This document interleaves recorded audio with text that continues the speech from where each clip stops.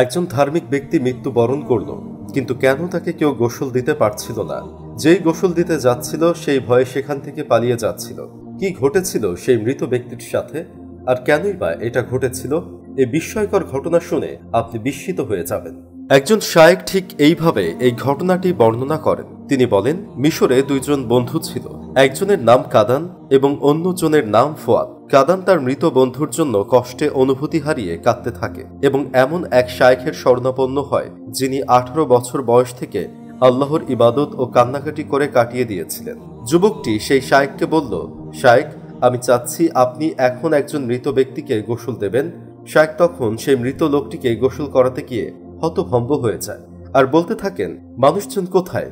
মৃতদেহের আব্বা আম্মা কোথায়? আর ভাইয়েরা কোথায়? শায়েখ হাসি মিশ্রিত স্বরে বলে, আমি তাকে গোসল করাতে গিয়ে ক্লান্ত হয়ে পড়েছি। আল্লাহর কসম, যিনি ছাড়া কোনো উপাস্য নেই, আমি তার লাশ গোসলের পর কাফনের উপর রাখতে প্রস্তুত ছিলাম না, কারণ লাশটি থেকে অপ্রীতিকর এমন একটি দুর্গন্ধ বের হচ্ছিল। এমন তীব্র দুর্গন্ধ আমি কোথাও অনুভূত হইনি। আল্লাহ তাআলা এই মৃত যুবককে ক্ষমা করো। আসলে লোকটি কি এমন অপরাধ করেছিল যার কারণে এত খারাপভাবে মৃত্যুবরণ করল?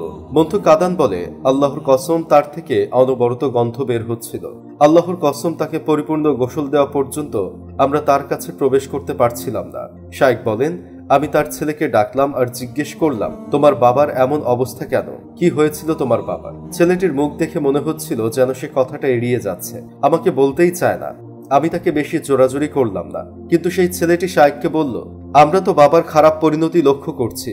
আল্লাহর ইচ্ছায় বাবার জন্য আপনারা দোয়া করুন। তারপর আমরা তার জন্য দোয়া করি এবং দ্রুত কাফন দাফন শেষে সেখান থেকে বিদায় নিলাম। 2 দিন পর সে মৃত ব্যক্তির ছেলেটি শায়েখের কাছে সংবাদ নিয়ে এসে বলল, শায়েখ, আমি পাপ করেছি।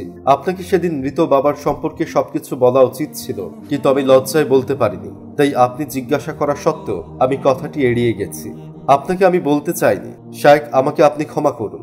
আসলে আমার বাবা ধার্মিক ছিল, নামাজ পড়তো, তাহাজ্জুদের সময় কান্নাকাটি করত, কিন্তু সে মৃত্যুর কিছুদিন আগে লুত সম্প্রদায়ের মতো জঘন্য অপরাধ তথা রাহাজানি করেছিল। কিছুদিন পরে সে অসুস্থ হয়ে পড়লে আমরা তাকে মৃত্যু পর্যন্ত কখনো গোসল করাতে পারিনি। সে দুর্গন্ধ নিয়েই মারা যায়। আমরা এতে হতাশ হয়ে পড়েছি। হে আল্লাহ, হে বিশ্ব জগতের প্রভু, আমি আপনার কাছে খারাপ পরিণতি থেকে আশ্রয় চাই। হে আল্লাহ, আমাদেরকে আপনার একত্ব, আপনার অনুগত্য এবং রাসূল সাল্লাল্লাহু আলাইহি ওয়াসাল্লামের সুন্নতের উপর দীর্ঘ করুন। তো বন্ধুরা, এই ছিল আমাদের আজকের এই ঘটনা।